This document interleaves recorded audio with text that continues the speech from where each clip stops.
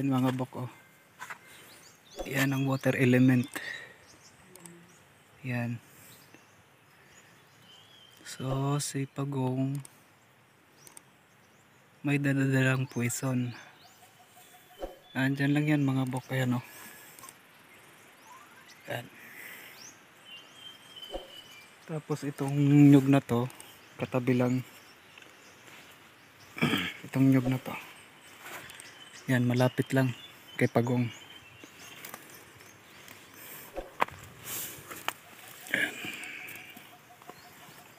So paano ko ba to nasabing water element to mga bok? Katulad nito, nakaharap kasi ako sa west, no? Yan. Yung water element na yan sa west yan. Ibig sabihin yan, contaminated yung items. Kaya nandun si Pagong. Yan. Diyan sa binutasan namin, no? Dito. So mahalagang maintindihan nyo tong mga marka na to mga bok. Ayan, oh. Yung air element mga bok, tsaka yung water element sa ano yun mga bok, tawag nito sa 4 quadrant yun mga bok, hindi yun sa 8 trigrams ha. Sa 4 quadrant yun mga bok. Ito, nakaharap ako sa west, no? Kasi ang water element mga bok nasa west. So ibig sabihin itong marka na to nakaharap to sa east, no? Na nagsasaad na contaminated yung item doon. Kaya nga sabi ko sa inyo, si Pagong may daladalang lason, ano mga bok. So ito naman iba to, dahil hindi contaminated yung, hindi naka-embed sa bato yung poison, nandun sa item. Kaya nandito si Pagong. Kaya sabi ko sa inyo, kaakibat ni Pagong ang poison kasi asawa niya si Snake. So mahalagang malaman nyo yun mga bok. I-search nyo yung Divine Beast. Kadalasan mahanap nyo yan 4 pero 5 yan. So dapat malaman nyo kung anong meron kay Pagong. Hindi dapat kayo magbunyi kapag nakakita kayo ng Pagong na tulog.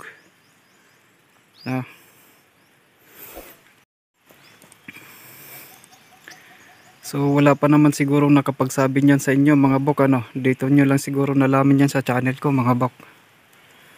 Huwag dapat kayong magbunyi kapag nakakita kayo ng Pagong na tulog, dahil may poison yan. Kung hindi man hinalo sa bato, so nasa ano yan, yung items contaminated. So dito hindi hinalo kasi nandun sa items nakalagay. Ano mga bok? Yan. So ito mga bok, yang marka na yan, water element yan. Pag binasang ganyan, water yan mga bok. So pag ganito naman mga bok, ayan, air element yan mga bok, no? So ito naman sa east.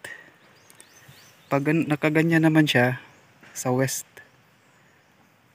So ito nakaharap ako sa west, kahit nakaganyan yan, contaminated mga bok. Tignan nyo yung itsura mga bok. Ayan, ito straight tapos parang letter D. So parang hindi lang siguro masyadong napapansin dito gawa ng yung araw, no? Ayan, hindi ko alam kung nakikita ba kasi sobrang silaw ng ano mga bok. Tapos ito flat naman to. Tapos nag-curve dito sa baba. Baliktad naman dito. Parang takot, no? Emoji. So ito yung pinagbabasihan nila ng mga emoji mga bok. Isa to. Marami tong mga emoji mga bok. Bali sa Heavenly Steam may mga emoji yan. So ito hindi ito emoji mga bok, no? Pero parang kung titignan siya parang emoji. Ayan, pero hindi yan emoji mga bok, water element yan ng 4 quadrant. So ito Pag nakaganyan yan mga bok, ayan, sa west yan ha, water element. Pag nakaganyan naman yan mga bok, ayan, air element naman yan mga bok. Sa east, east naman, pa west. Pagka ganito, pa west ang kumpas nyo. So pagka ganito naman mga bok, pa east. Yan, pa east ang kumpas nyan. Kahit nakatayo yung ganyan mga bok, ayan, malalaman mong water element yan kasi nakaharap ako sa west, no? Bali yung marka na yan nasa east, ay nasa west, nakaharap yan sa east. Na ayan mga bok, contaminated yung item natin mga bok. Walang poison sa bato mga bok, pero yung item contaminated. Kaya nga sabi ko doon, yung heart na nakuha ko doon, yung kwarto matubig. Matubig. Ito naman ang nag-confirm, may tubig, pero ito ang code ng poison. Hinalo sa tubig kasi tubig to. So iba naman yung kay Izanagi doon mga bok, may naturo na ko sa inyo yung air element. So ito naman yung water element sa 4 quadrant poison. So yon, yung doon kay Izanagi hinalo sa bato. So ito naman hinalo sa item contaminated. Mga bok. So dapat may tandaan nyo tong mga marka na to mga bok. Mahalaga yan para sa safety ng operation yan. Dapat may kopya kayo nito, magsulat kayo nito kasi code ng ito yung ginagamit nilang code sa poison. Isa lang yan pero marami pa yan mga bok. So ayun, uulitin ko sa inyo, walang ginawa na treasure code ang mga Hapon, pero sa mga traps may code silang ginawa, may code silang sinusundan. Mga bok, Amerikano ang gumawa ng mga treasure code na yan, kaya hindi ako sumusunod. Pero ito mga bok, may code na ginawa ang mga Hapon sa mga traps, bomb, poison at water. Pati na yung mga sliding, yung mga lost trap, kasama yon mga bok. May code silang ginawa doon, may sinusunod silang code. Sa layering naman, so wala silang SOP mga bok, pero may code silang sinusunod din sa sa color coding, hindi sa layering. Color coding ang sinusunod nila mga bok, hindi ang layer. So may code sila nun. Pati itong mga traps na to, may code silang sinusunod. Hindi sila gumagawa ng mga treasure shine na gaya ng mga nabasa nyo dyan sa codebook nyo. Mga bok? Amerikano ang gumawa niyan, hindi Hapon. Wala silang ginawang treasure code. Ito lang ang mga traps, pati ang color coding. At wala silang sinusunod sa layering mga bok Tandaan nyo. Wala silang SOP sa layering ng mga code. Nakadepende yan sila sa area at sa mga traps na nilagay nila. So yun, mahalagang malaman nyo yan mga bok. Ito ulitin ko, nakaharap ako sa west, ibig sabihin water element ito sa 4 quadrant. So ngayon, ang ibig sabihin nito, poison, nasa tubig, contaminated na yung item. Kaya ulitin ko sa inyo, pag nakakita kayo ng pagong, huwag kayong magbunyi, lalo na pagtulog. Magtulog man yan o naglalakad, huwag kayong magbunyi, dahil may kaaktibat na poison yan. Si pagong nasa tubig, kaya ang poison ni pagong nasa tubig, dahil may asawa yang ahas. So i-search nyo yung divine beast mga bok. So madalas na makikita nyo dyan 4, pero 5 yan mga bok. Dapat mahalaga yan mga bok. Ang divine beast. Apat lang yung kadalasan yung makikita dyan, pero hanapin nyo yung 5 kasi 5 yan. So may 4 sa cardinal at isa naman sa center, so kaya naging 5. Pero kadalasan nyo dyan mahanap 4 lang. Hanapin nyo yung 5 para may clue kayo kung anong meron dun sa Divine Beast. 5 yan ha, madalas makikita nyo 4. So yan, ulitin ko, huwag kayong magbunyi kapag nakakita kayo ng pagong, naglalakad man yan o tulog, no? Dahil may kaakibat yan na poison. Lalong lalo na kung makakita kayo ng mga marka ng tulad nito. Ayan, uulitin ko, ayan, water element. Pag nakaganyan naman yung mga bok, air element. So sa hangin, no, hahalo sa hangin yung poison. So ito naman, ayan, contaminated kasi tubig. Contaminated yung item mga bok, ara. Simpleng marka lang yan mga bok. Kasya yung hinlalaki. Ayan yung hinlalaki ko, na hindi binibigyan ng pansin kasi hindi nila alam ito. Pero si Sir Chris, alam nito ni Sir Chris eh. Meron siyang ganyan eh. Kung napapansin nyo, may slash dito tapos bilog. Sabi ni Sir Chris, poison. So ito, poison din. Yung nakaganyan, yung poison, nakahalo yan sa bato kasi sa hangin yan eh. So pagka ganito naman yung poison, contaminated yung item, tubig. Water element naman yan mga bok sa 4 quadrant. Ulitin ko, water element yan sa 4 quadrant. So ganito yung kanyan mga bok.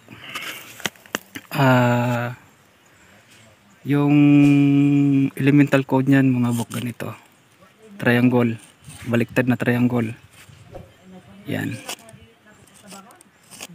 Nakita nyo ba? Parang hindi yata makikita. Basta triangle mga bok. Ayan. Yan yung elemental code niyan mga bok. Triangle na baliktad. Yan. Yan yung water element mga bok ha. Triangle na baliktad. Yung air element naman mga bok, ganito yon. Triangle naman. Nakaganyan. Ito. Paganyan. Yan yung air element. Tapos may guhit sa gitna. Yan, may linya. Either hanggang dito lang, mula dito sa linya na to papunta dito sa isang sa kabila sa slash. Mula sa backslash papunta dito sa slash. O kaya naman sinubra, sumubrang ganyan. Triangle, yan. Tapos may linya. Either lumampas man tong guhit na to o hindi, basta may linya yan. Air element yan mga bok ha, sa 4 quadrant. Sa 4 quadrant ang ano niyan, hindi sa tawag nito, hindi sa 8 trigrams. Iba yung 8 trigrams, ito sa 4 quadrant ito. So paano yan mga bok? Bagong kaalaman na naman. Ay, uulitin ko, pag nakakita kayo ng pagong, huwag kayong magbunyi, no? Dahil hindi yan happy time mga bok. Lagi nyong alalahanin, may kasamang poison yan, hindi lang tubig si pagong, ano? So dito nyo lang malalaman. So pansin nyo ba to mga bok? Hindi ko alam kung nakikita ba to. Ayan yung linya na yan mga bok. Okay. Ba yan?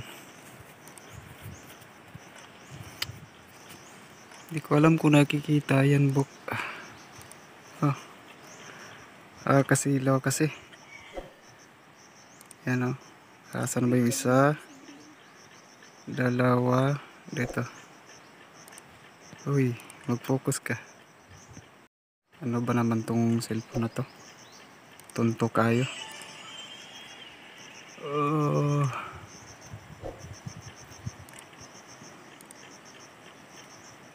Dito oh. Ay loko ito nga cellphone ba. Niloloko ako. Yan. Isa. Pangalawa. Hindi na makikita. So may apat na ano mga bok. Bale ang magkakalapit nito mga bok yan. Yung isa nito. Ilayo ko lang. Para hindi masyadong ano. Yan. Yung isa. Tapos nandun yung pangalawa. Oh. Ay.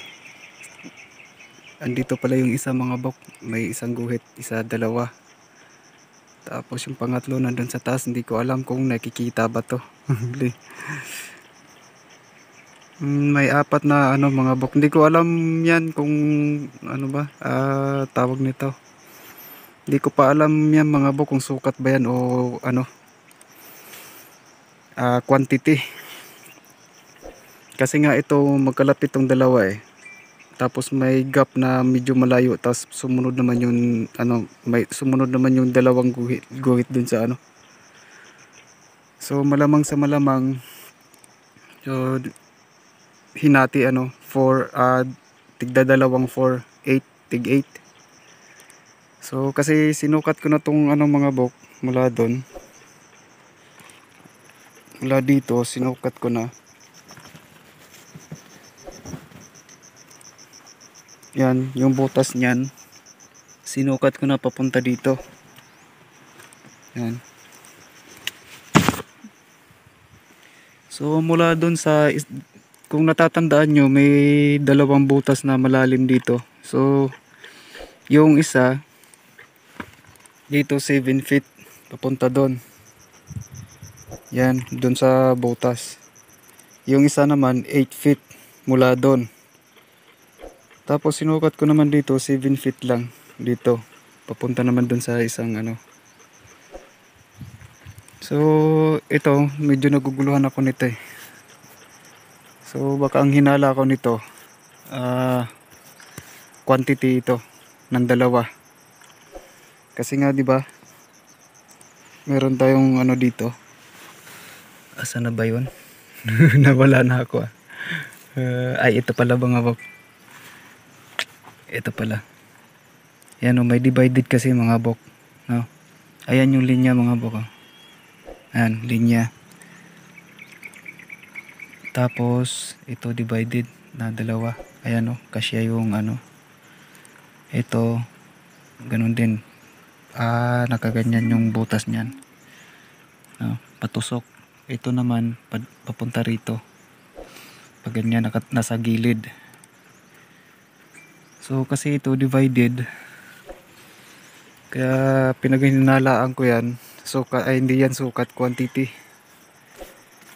So 4 8 tapos may isa pang slash doon ay may dalawang slash pa doon 8 ulit dalawang 8. Ano pala yan mga bok numbering system ng IGN ano gamit yan ng IGN na ano number 4. So dalawang 4 dito sa baba tapos doon sa medyo taas hindi ko kasi makita mga bok, hindi ko alam kung nakikita nyo ba to ay kung makikita ba to sa video na to. Nakakasilaw kasi. So basta meron dito mga bok kaya isa dito tapos sa taas may tigisang linya tapos may gap yan mga bok tapos dalawa na naman uling linya ganito rin ka yung ano nila yung distansya ganun yung distansya dun sa taas mas malayo lang yung gap nilang dalawa kaya naghihinala ako nitong ano to divided dalawang 4 so ano kaya ang dinivide nila alam nyo na no?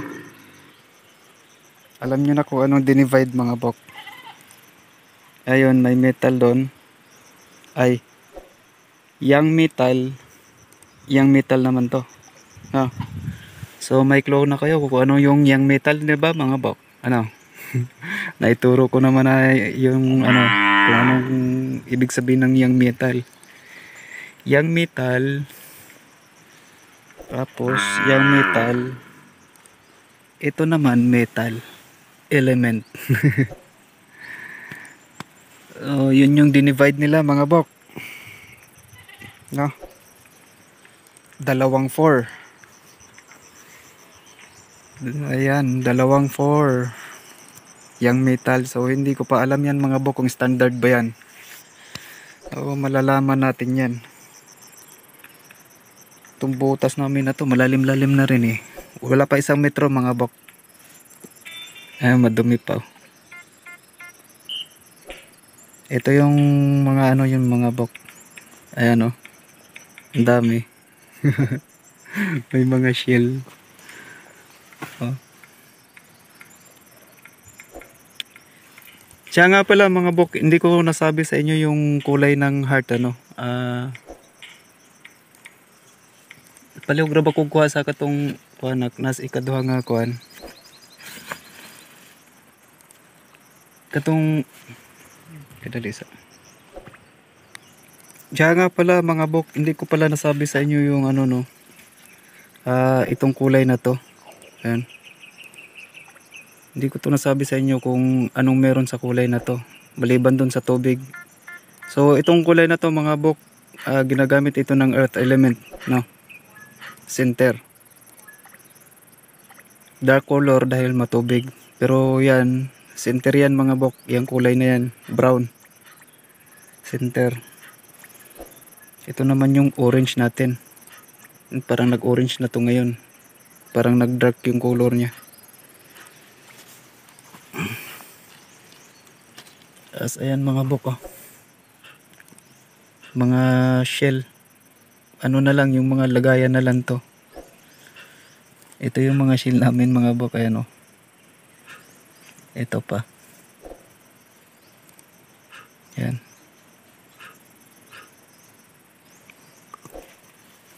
Isa oh. Marami tong mga bok.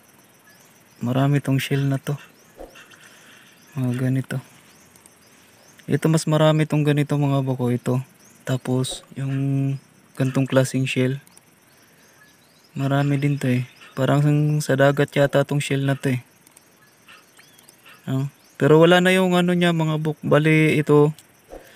Ang natira na lang nito mga bok, semento na lang.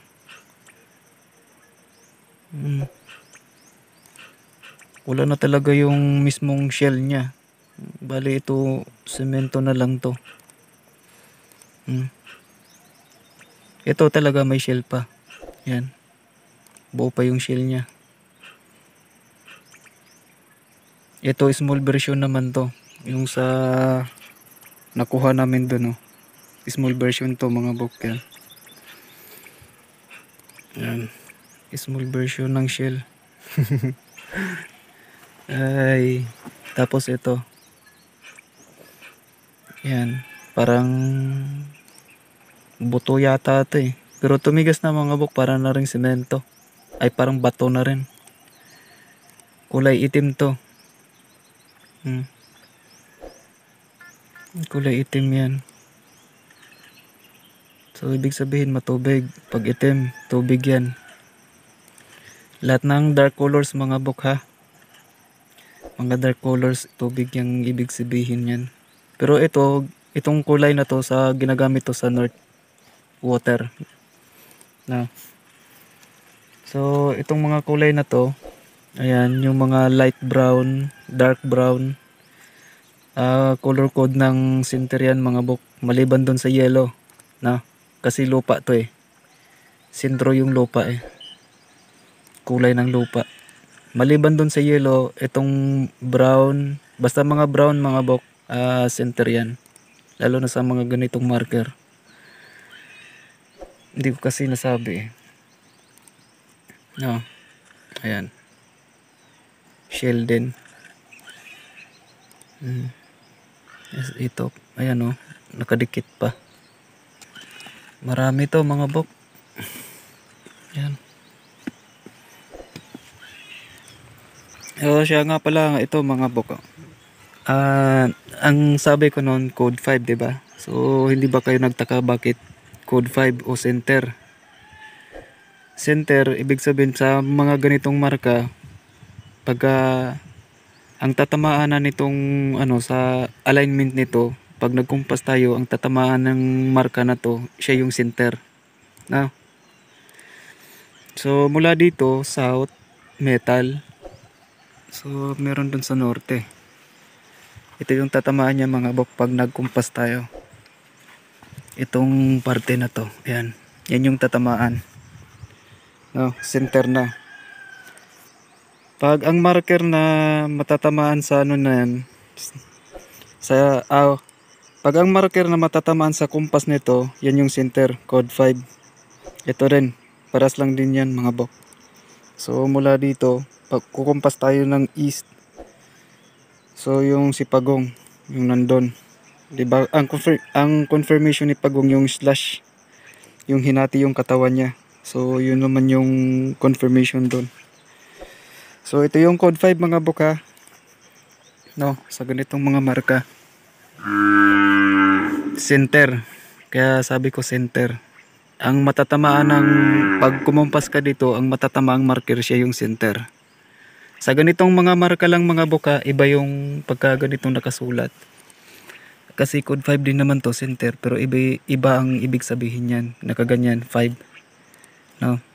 Center din 'yan, kaso iba yung ano niyan, iba naman yung ibig sabihin niyan. Iba yung pinapahiwatig nito kaysa ganito. No. So ang element nito metal, lumang trigrams ang gamit nito. Papunta doon sa norte.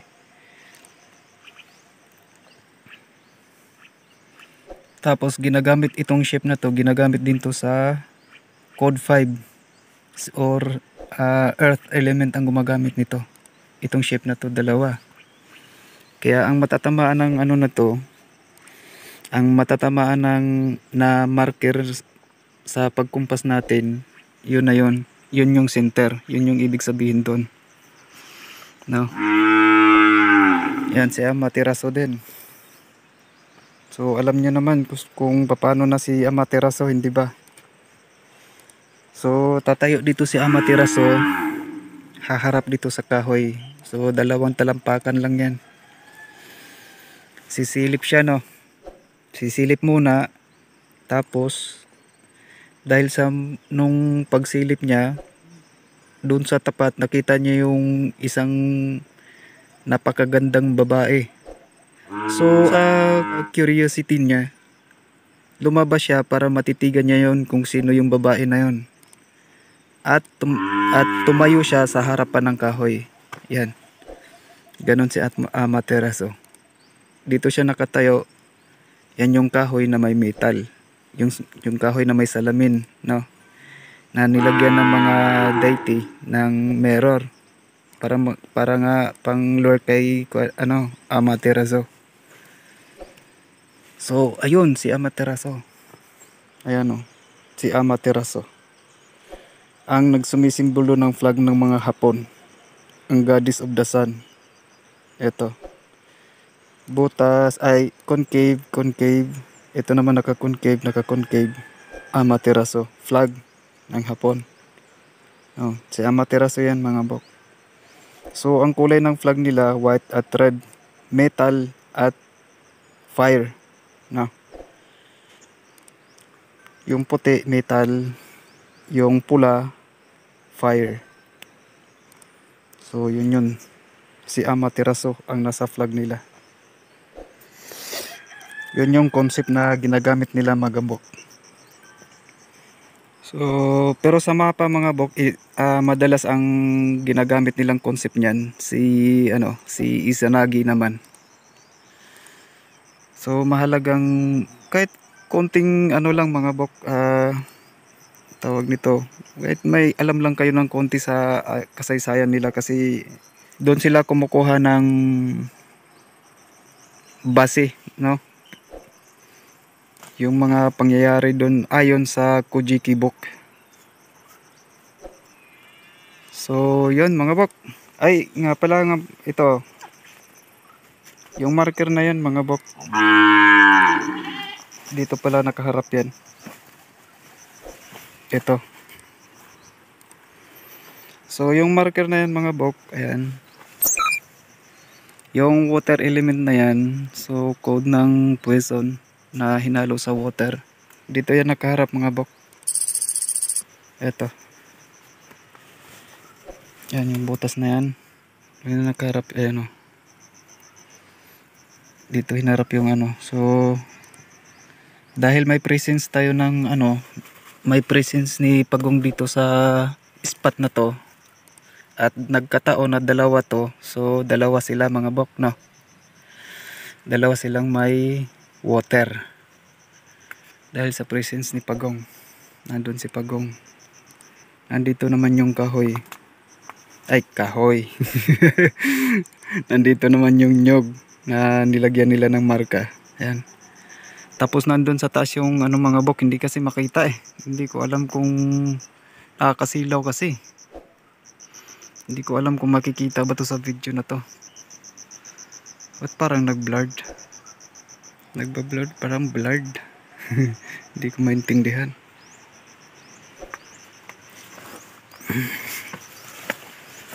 So, ito, ayan, metal. Ayan yung butas namin. Yung binutasan pala namin. So, ito yung mga mahalagang marker mga bok. Sa dami-dami ng nakuha namin marker, ito yung mahalaga. Ayan, tatlo na yan. Parang itlog, no? Tapos ito bigas, tapos heart. Ayan, nawala na yung C. Hindi, parang hindi na nahalata yung C. Ito natuyo na. So marker ng ano yon. Sa Imperial Regalia Code, gates naman yon at stone o gemstone. Pero dahil sa nakabaon na to, hindi na gates. Diamond ng ano nito mga bok o stone. Either rough or fine gemstone. Yun yun. So yung kulay na to mga bok, ginagamit to sa code 5 for centering, no? Tapos yung dark color naman ginagamit yan sa water. Ito rin. Yan, itim water yan mga bok. Oh, center din ito. Parang ano te, buto yata to mga bok na ano. Tawag no parang nag-fossilize na mga bok. Ginawa nilang fossil, no? Ay, fossil ba yun? Ay, ano ba tawag nito? Petrified? Ay, yun ba yun? Ay, loko. Basta, ito mga bok, parang naging bato na to eh. Bato na siya. Pero yung ano nito mga bok, yung balat nito, kahoy. Pero ito, hindi na semento na. Ay, parang ano na siya. Parang tawag nun, parang bato na. Ayan o. Parang hindi yata, parang nagbablurred tong ano na to. Gusto pa yata ano. So black ang color nito mga bok nung nakuha ko. So ibig sabihin tubig. Tapos ito naman, dark color, tubig din. Ito naman tumutukoy sa kwarto. Matubig yung kwarto na naglalaman nito mga bok. Ayan o. No, ginagamit to sa code 5 center, itong color na to. Dark color naman para sa water. So meron na, ayan, confirmation tong black mga bok. So medyo dito na sa ilalim ko ito nakuha. Ito sa ibabaw pa lang. Itong dalawa na to, yan, sa ibabaw tong dalawa na to. Ito sa ilalim na. Sa ibaba na pala, hindi sa ilalim, sa ibaba. Sa ibaba nito. Sa gitna naman ito. Ito parang ang nakalagay itong mga bok nakaganyan eh. Dito yan, tapos ito dito. So sa baba naman nila ito nakalagay. Itong ano na to. So ito lang yung itatago ko mga bok kasi ito yung mahalaga na mga marka eh. Maliban dun sa ano, mga shell na yan. Talagang pahirapan to mga bok. Palaliman to. Yung mga shell na to mga bok mahaba eh. Ayan o. Naputol na lang to. So patyagaan na lang to mga bok. May kalaliman. Tapos pagdating mo pa dun sa item, ay pag narating mo na yung kwarto may ano pa no, may lason pa. Madali na lang yan mga bok. So ano pala mga bok ka, nakpalawag ka bok kung suludanin na. Papaliwanag ko lang to sa inyo mga bok.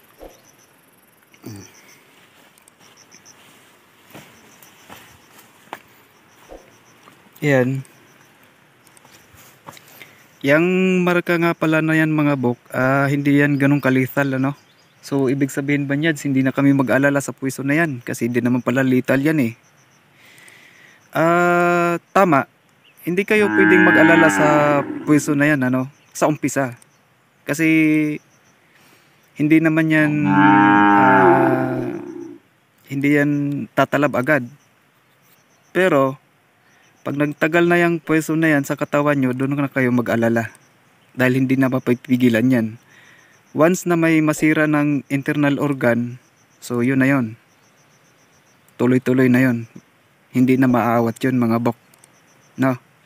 Sa umpisa, huwag kayong mag-alala sa umpisa. Syempre, wala pa eh. Pag tumagal na yung pwesto sa katawan nyo, so doon na kayo mag-alala. Once na may masira na yung internal organ, so tuloy-tuloy na. Hindi na maawat yan mga bok. Kahit may bilyon ka pang pera, hindi na maawat yung pwesto na yan. No? Sa bagay, siguro sa panahon ngayon, kung may bilyonis ka naman, maagapan siguro. No? Dahil may advance na yung technology natin ngayon eh. Kasi si Marcos nga namatay, kadami-dami niyang pera pero namatay siya no. So, ang daming sinira na internal organ ni Marcos mga bok. Dahil lang din sa puweson. Tandaan nyo mga bok, si Marcos hinawakan niya lang yung nahawakan niya lang yun. May isang item na contaminated ng puweson na hindi niya alam na hinawakan niya. So, kalaunan, hindi na rin napigilan. Wala na rin nagawa yung pera niya. Dami nang sinira eh. Dami nang sinirang internal organ eh. So, ganun ka tong pwesto na to mga bok, no? Ang tawag sa Bisaya nito, laygay o unti-unti, paunti-unti, no? Hindi yung mga pwesto na pag nalanghap mo, patay ka kagad. Ito hindi. So, siguro may mga 3 years, 1 taon ba kaya? So, hindi natin alam. No, kahit mababad, kahit wala kang sugat mga bok, no? So itong balat natin mga bok, may mga stomata ba tawag nun? Yun yung nilalabasan ng pawis natin. So doon yung papasok yung doon papasok yung puweson. No, lalo na pag siyempre nagtatrabaho tayo, lalabas yung pawis. Tapos yun nga, naabot mo na yung chamber. Tapos hinawakan mo yung mga item na nakalublob doon sa so doon papasok mga bok. Hindi agad-agad mo mararamdaman yan mga bok. Hanggat bago pa lang yan sa katawan mo, hindi mo pa maramdaman yan. Doon mo na mararamdaman ang puweson pag marami ng sinirang internal organ. Doon na tayo mag-alala. Dahil hindi na mapipigilan yon. Ma-infect na lahat ng kasi sasama yan sa bloodstream natin eh. So, yun. Sana may natutunan kayong konti sa maiksing video na to. So, hanggang sa sunod naman.